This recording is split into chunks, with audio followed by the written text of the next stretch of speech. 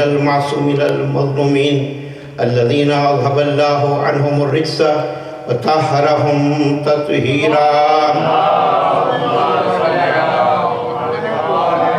أما بعد فقد قال الله سبحانه تبارك وتعالى وقوله الحق وهو أصدق القائلين بسم الله الرحمن الرحيم ويوم ندعو كل أناس بإمامهم صلوات رحمة الله.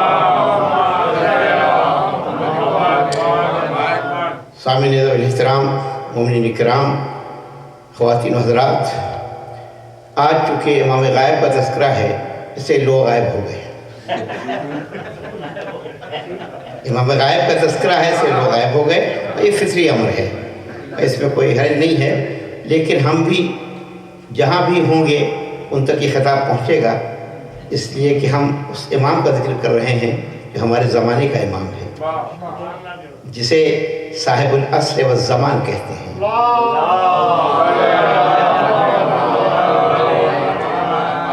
زمانے پر بھی اس کی حکومت ہے، کائنات پر بھی اس کی حکومت ہے، جو لوگ یہاں موجود ہیں ان پر بھی اس کی حکومت ہے، جو یہاں موجود نہیں ہیں ان پر بھی اس کی حکومت ہے. تو امام صاحب العصر والزمان جن کے ہم انتظار کر رہے ہیں، اور کل میں نے کہا تھا ہم منتظر ہیں وہ منتظر ہے، ہم منتظر ہیں وہ منتظر ہے. حقیقت میں جب 8 ربیع الاول کو 11ویں امام کی شہادت ہوتی ہے تو اس کے بعد 9 جو خوشی کا دن ہے وہ اصل میں امام زمانہ کی تاج پوشی کا دن ہے، کہ اس دن سے آپ کی امامت کا آغاز ہوا ہے. اس دن سے آپ کی امامت کا آغاز ہوا ہے اور آپ کی امامت قیامت تک ہے، اسی کے یہ امام ہے. اور ثبوت اس کا یہ ہے آپ کے امام ہونے کا سب سے بڑا توجہ چاہتا ہوں آپ کی، اور خصوصاً جو سامنے حضرات بیٹھے ہیں چونکہ میں انہیں کو دیکھ رہا ہوں. تو اب امام زمانہ جو ہیں، جب آپ دیکھیے افضل کون ہے؟ مولا کائنات امیر المومنین سب سے افضل ہے. ہم ان کا نام لیتے ہیں، امام حسن کا نام لیتے ہیں، امام حسین کا نام لیتے ہیں، سب کا نام. لیکن جب کبھی خطبہ جمعہ ہو یا اور کوئی موقع ہو اور امام زمانہ کا نام لیا جاتا ہے سب کھڑے ہو جاتے ہیں. کیوں کھڑے ہوتے ہیں؟ کبھی افسر رسول اللہ کا نام لیا گا بیٹھے رہے، حضرت علی کا نام لیا بیٹھے رہے، اور امام زمانہ کا ہے کھڑے ہو گئے. اس کے معنی کیا ہے؟ اس کے معنی یہ ہے کہ آپ کو یقین ہے کہ جب ہم نے ان کا نام لیا ہے اس لیے کہ وہ یہاں تشریف رکھتے ہیں، وہ تشریف لائے ہیں. جس طرح اگر عالم کوئی آتا ہے اور اس کے احترام میں کھڑے ہو جاتے ہیں تو جو موجود ہوتا ہے، تو ہمارے زمانے کے امام جو ہیں وہ امام زمانہ صاحب العصر والزمان علیہ السلام.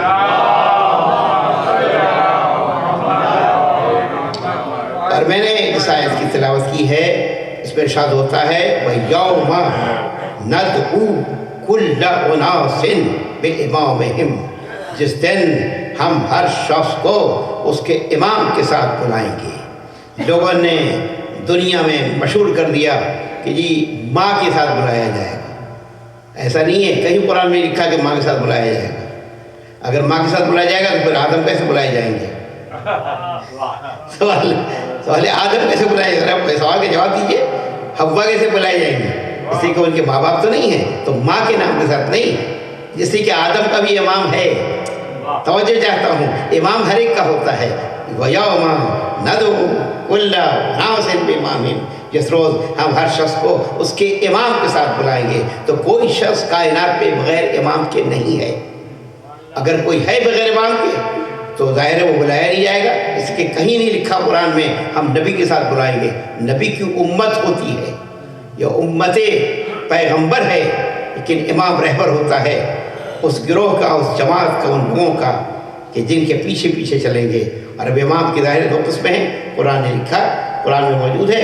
ایک امام وہ ہے جو حق کی طرف بلاتا ہے، دوسرا امام وہ ہے جو باطل کی طرف بلاتا ہے. باطل کی طرف بلانے والے کو بھی کہتے ہیں اور حق کی طرف بلانے والے کو بھی کہتے ہیں. اور یہ حق کی طرف، اور آپ دیکھیں جو لیڈر ہوتا ہے، قائد ہوتا ہے، اس کو کہتے ہیں. لیکن یہاں پر ہے یوم ندعو کل اناس، ہر انسان کو اس کے امام کے ساتھ بلائے گی. اب حدیث کے الفاظ کیا ہیں؟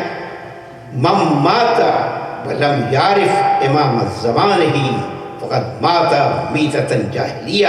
جو مر جائے اور امام زمانہ کی معرفت حاصل نہ کرے تو اس کی موت جاہلیت کی موت ہے۔ تو امام زمانہ کی معرفت ضروری ہے، امام زمانہ کو پہچاننا ضروری ہے۔ کون ہے امام زمانہ؟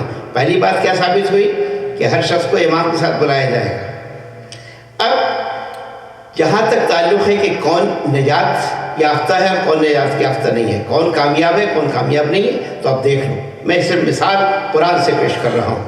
اور قرآن سے مثال یہ ہے کہ جب حضرت موسیٰ کا دور ہے اور حضرت موسیٰ نے بنی اسرائیل سے کہا کہ چلو، اور سمندر میں راستہ بنا ہے، اور پہلے ایک جب ماری عصا مارا تو راستہ بن گیا، پانی خشک ہو گیا، اور جب دوبارہ ان کا جی ہمارے تو 7 قبائل ہیں یا 12 قبائل ہیں، تو ظاہر ہے پھر راستہ بنا، اور اس کے بعد سے پھر 12 اور پھر راستہ بنا، پھر 12 راستہ۔ انہوں نے کہا جی ہمیں تو نظر نہیں آ رہا ہے ایک دوسرے کو، تو پھر راستے میں ایسے نشان وہ بنا دیے گئے، روشن دان بنا دیے گئے تاکہ ایک دوسرے کو دیکھ سکے۔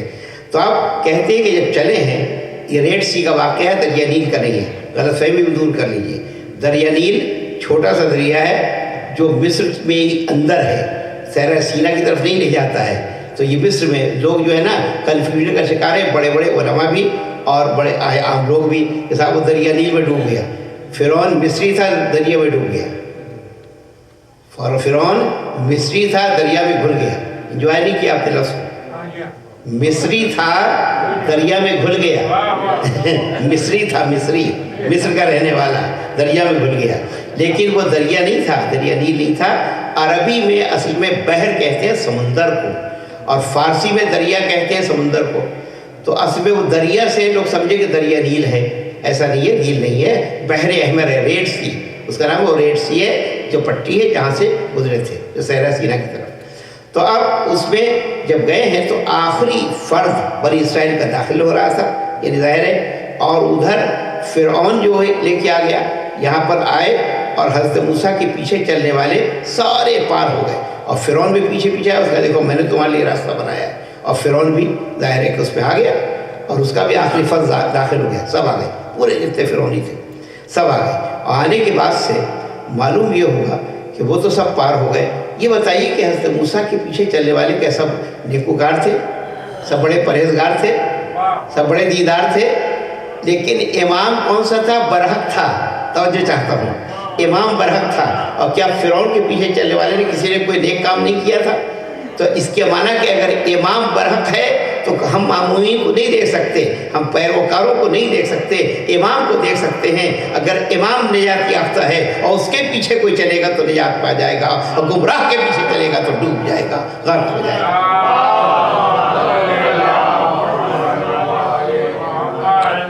تو میں اس امام کا تذکرہ کر رہا ہوں۔ اب ان کی ولادت کے بارے میں ذکر نہیں کرنا، آپ سنتے رہتے ہیں۔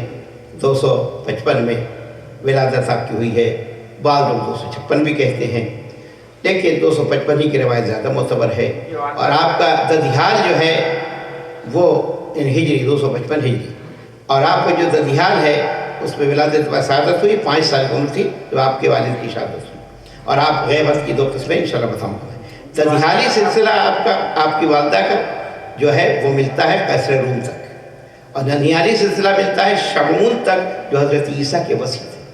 آپ دیکھیے کہ ددھیال جو ماں کا سلسلہ، آپ کو معلوم ہی ہے کہ امام زمانہ کی ایک ہی، جو امام حسن کے ایک ہی فرزند ہے جو امام زمانہ ہے، اور جب ولادت بعد شہادت ہوئی تو آپ نے لوگوں کو انفارم کیا، لوگوں کو بتایا، اور لوگوں کے ہاں عقیقے کا گوشت بھیجا، اور سب سے کہا کہ ولادت ہو گئی ہے۔ اور ایک لوگوں کی فہرست بھی ہے کتاب میں موجود کہ جن سے امام عالی مقام نے تعارف بھی کرایا، دیکھو یہ ہے امام زمانہ۔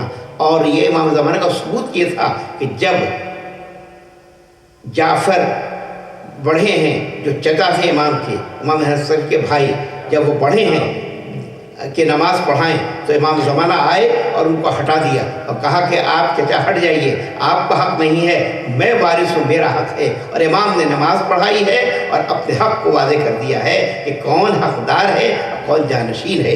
اور امام نے 11ویں امام نے تعارف بھی کرایا ہے، پہچنوایا بھی ہے۔ تو امام زمانہ کی غیبت کی 2 قسمیں ہیں، ایک ہے غیبت صغریٰ، دوسری ہے غیبت کبریٰ۔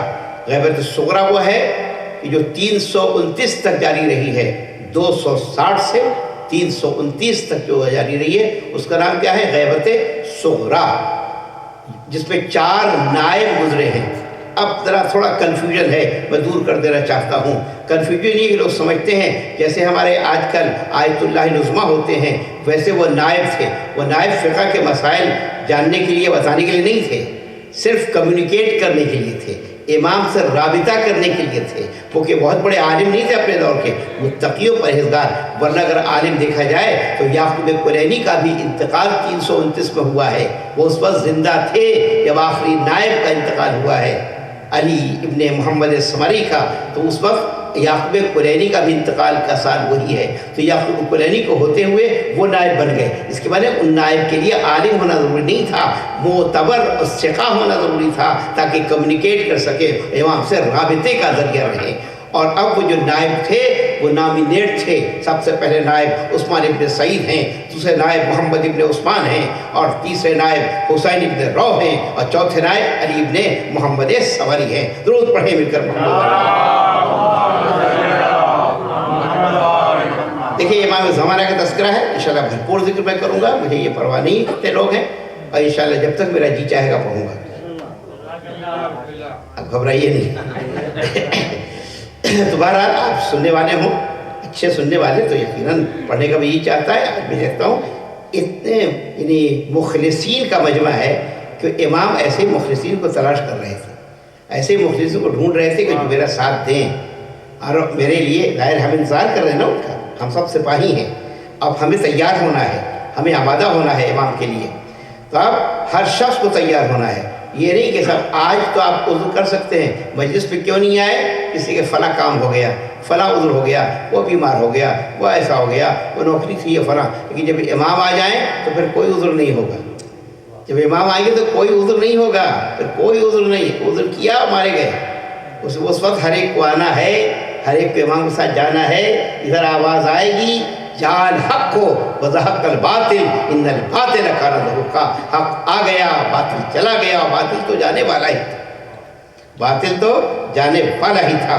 تو امام جب آئیں گے تشریف لائیں گے، اور اس وقت ہر شخص، یہ بڑا تعجب ہوتا ہے سن کر، ہر شخص اپنی اپنی آواز میں امام کی آمد کو سنے گا۔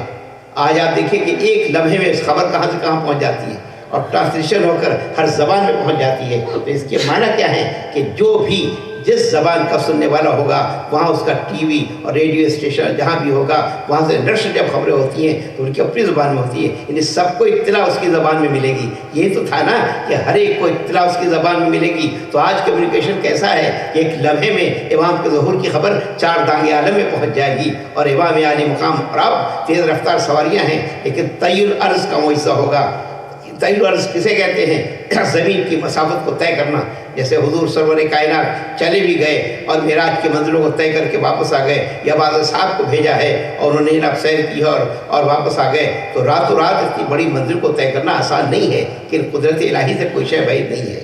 لہٰذا جب آئیں گے امام ظاہر ہوں گے، تو ہم لوگ جب گھر سے نکلیں گے اور دوسرا قدم نکالیں گے تو امام کی خدمت میں ہوں گے، امام کی خدمت میں ہوں گے۔ لیکن ہاتھ پر ہاتھ دھرے بیٹھے رہنے سے کچھ نہیں ہوگا، بلکہ امام کے لیے ہمیں آمادہ رہنا ہوگا، اپنے آپ کو تیار کرنا ہوگا اپنے آپ کو۔ دیکھیے انتظار کے معنی یہ نہیں ہے کہ ہم ہاتھ پہ ہاتھ دھرے بیٹھے، نہیں، انتظار کے معنی اپنے آپ کو مستعد رکھیں، اپنے آپ کو تیار رکھیں کہ امام زمانہ ہم آپ کے لیے حاضر ہیں، آپ کے لیے تیار ہیں۔ اب جو میں کہہ رہا تھا غیبت، تو یہ غیبت صغریٰ ہے، دوسری غیبت کبریٰ ہے، اور غیبت کبریٰ وہ 329 سے لے کر ہجری سے 329 سے آج تک یہ غیبت کبریٰ ہے، جس کا سلسلہ چلا آ رہا ہے۔ اور امام کی معرفت بہت ضروری ہے، اسی لیے امام زمانہ کی ایک دعا ہے، اللہم، جو ہمیں تاکید کی ہم پڑھیں، اللہم عرفنی نفسک، اے اللہ تو مجھے اپنا تعارف کرا دے، وَإِن لَمْ تُعَرِّفْ نَفْسَكَ لَمْ أُعَرِّفْ نَبِيَّكَ، اگر تو نے خود کو نہیں پہچانوایا تو میں تیرے نبی کو نہیں پہچانوں گا۔ اللہم عرفنی نبیک، پروردگار تو اپنے نبی کی معرفت کرا دے۔ ان لم تعرفنی نبیک لم اعرف حجتک، اگر تو نے نبی کا تعارف نہیں کرایا تو پھر ظاہر ہے کہ پھر ہم تیری حجت کو نہیں پہچان سکتے ہیں۔ اللہم عرفنی حجتک اپنی حجت کا تعارف کرا دے. تو اگر حجت کو نہیں پہچانا تو ضللت عن دینی، میں دین سے گمراہ ہو جاؤں گا. پتہ چلا اللہ سے کہتے ہیں اپنا تعارف کرا دے تاکہ تیرے ذریعے نبی تک پہنچیں، نبی کا تعارف کرا دے تاکہ ان کے ذریعے حجت تک پہنچیں. اور جب حجت تک اگر نہیں پہنچ سکے تو ہم گمراہ ہو جائیں گے، بھٹک جائیں گے. تو یہ حجت الہی ہیں اور زمین حجت الہی سے خالی نہیں رہ سکتی ہے. درود پڑھ مل کر محمد والی مزار.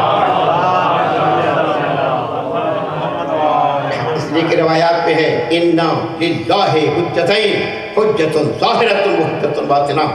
یہ اصول کافی کتاب العقل کی روایت پڑھ رہا ہوں. اللہ کی دو حجتیں ہیں، ایک ظاہری حجت ہے، ایک باطنی حجت ہے. اما الظاہرہ فالانبیاء والرسل والائمہ. ظاہری حجت انبیاء ہیں، مرسلین ہیں اور ائمہ ہیں.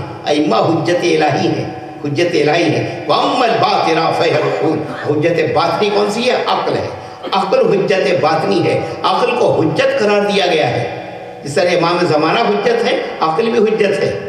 حجت کے معنی دلیل، آرگومنٹ جو ثبوت ہوتا ہے اسے کہتے ہیں، دلیل کو کہتے ہیں حجت. یہ امام زمانہ امام حجت ہے، حجت آخر زمان. تو یہ جو ہے آخری حجت ہے اللہ کی. اور حجت سے اگر زمین خالی ہو جائے تو کائنات تباہ ہو جائے، کائنات تباہ ہو جائے. لہٰذا کائنات کی بقا کے لیے حجت کا رہنا ضروری ہے. تو ہم حجت الہی کو ظاہر ہی جانتے ہیں، امام عالی مقام، اور ان کی وہ حجت خداوندی ہے. اب سوال یہ ہوتا ہے، بہت سے سادہ لوگ اعتراض کر دیتے ہیں کہ جی امام اتنی طولانی زندگی کیسے پائی، انہوں نے اتنی طویل حیات ان کو کیسے مل گئی. تو ذرا سوچیں کہ آج ان مسلمانوں سے پوچھو جو اعتراض کرتے ہیں، غیر مسلموں کا بھی جواب دوں گا. مسلمانوں سے حضرت عیسیٰ زندہ ہے یا مر گئے؟ ان کے بارے میں بڑا لوگوں میں کنفیوژن ہے. شاعروں نے تو کہہ دیا چڑھ جا سولی پر، حضرت عیسیٰ کی طرح عیسیٰ سولی پر چڑھ گئے. مسلمانوں کا عقیدہ نہیں ہے، یہ عقیدہ ہے عیسائیوں کا. ہمارا عقیدہ کیا ہے؟ قرآن کہتا ہے ما قتلوہ وما صلبوہ. نہ انہیں قتل کیا گیا، نہ انہیں سولی دی گئی، بلکہ لوگ شبہے میں پڑ گئے. کیا مانے؟ ان کے ہم شکل کو سولی پہ چڑھا دیا.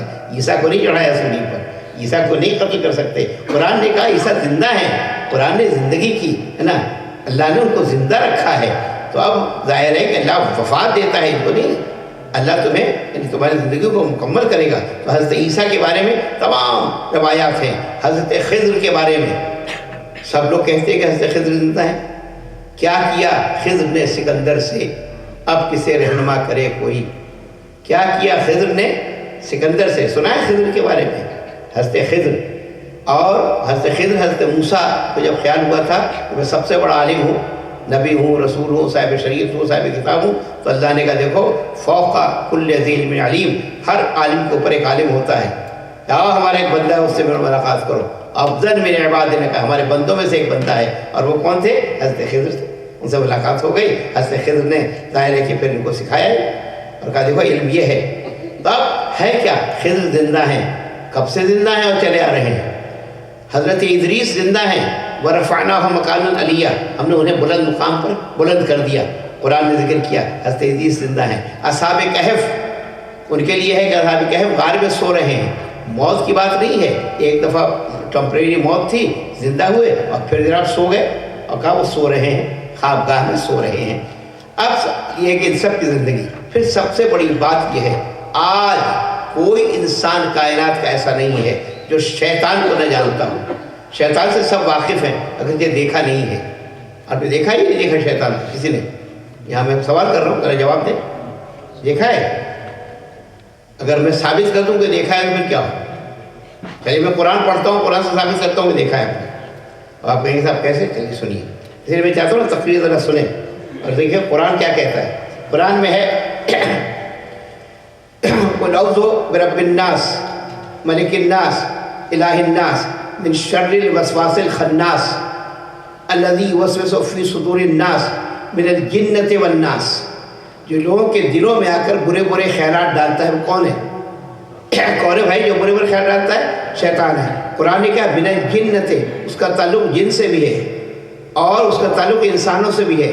ٹھیک ہے آپ نے جو کہا نا کہ نہیں دیکھا، اس کو نہیں دیکھا جو جنوں میں سے ہے، اسے تو دیکھا ہے جو انسانوں میں سے ہے. جو انسانوں میں شیطان ہے ان کو تو دکھا ہے نا. اب آپ کہیں گے کون ہے شیطان؟ تو وہ شیطان وہ ہے جو انسان کو حق سے دور کر دیتا ہے، جو گمراہی کی طرف لے جاتا ہے. جو گمراہی کی طرف لے جاتا ہے وہ شیطان ہے.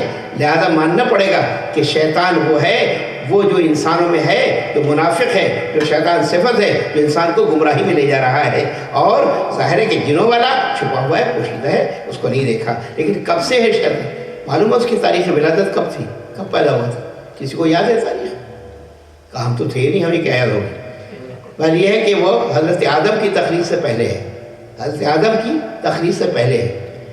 اور جب آپس میں یہ جو جن مخلوق نے، جنوں کی آگ کی مخلوق جب یہ لڑتے تھے اور جھگڑتے تھے تو اس وقت یہ ابلیس الگ رہتا تھا، سب سے بڑا نیک تھا، سب سے فتنے سے دور رہتا تھا، فتنہ فساد سے دور، بالکل الگ تھلگ بیٹھا رہتا تھا. اور فرشتوں نے سفارش کی پروردگار سب لوگ لڑتے ہیں سارے جن، اور یہ نہیں لڑتا، یہ تو بڑا نیک ہے.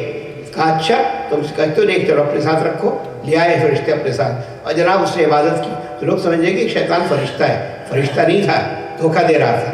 اب فرشتہ تو اللہ نے امتحان رکھ دیا، اور اس امتحان میں دودھ کا دودھ، پانی کا پانی کر دیا، بالکل صاف کر دیا کہ شیطان کیا ہے، ابلیس کیا ہے اور فرشتے کیا ہے. اس نے انکار کر دیا اور سجدہ نہیں کیا. تو بہرحال مجھے اس کے بات نہیں، لیکن بتانا صرف یہ کہ شیطان پہلے سے ہے، شیطان پہلے سے. تو شیطان پہلے سے ہے، اتنی عمر والا ہے، آج تک شیطان کی زندگی پر کسی کو اعتراض نہیں. تو مجھے سوال کرنا ہے امت مسلمہ سے کہ امام مہدی کی زندگی پر کیوں اعتراض ہے؟ جو اللہ گمراہ کرنے والے کو اتنی طولانی حیات عطا کر سکتا ہے، کیا وہ ہدایت کرنے والوں کو طولانی زندگی نہیں دے سکتا، طویل حیات نہیں دے سکتا؟ جب گمراہ کرنے والا اتنے عرصے تک زندہ رہ سکتا ہے تو ہدایت کرنے والا بھی زندگی پا سکتا ہے. اس میں کوئی شک نہیں. امام زمانہ بلند تر صلوات.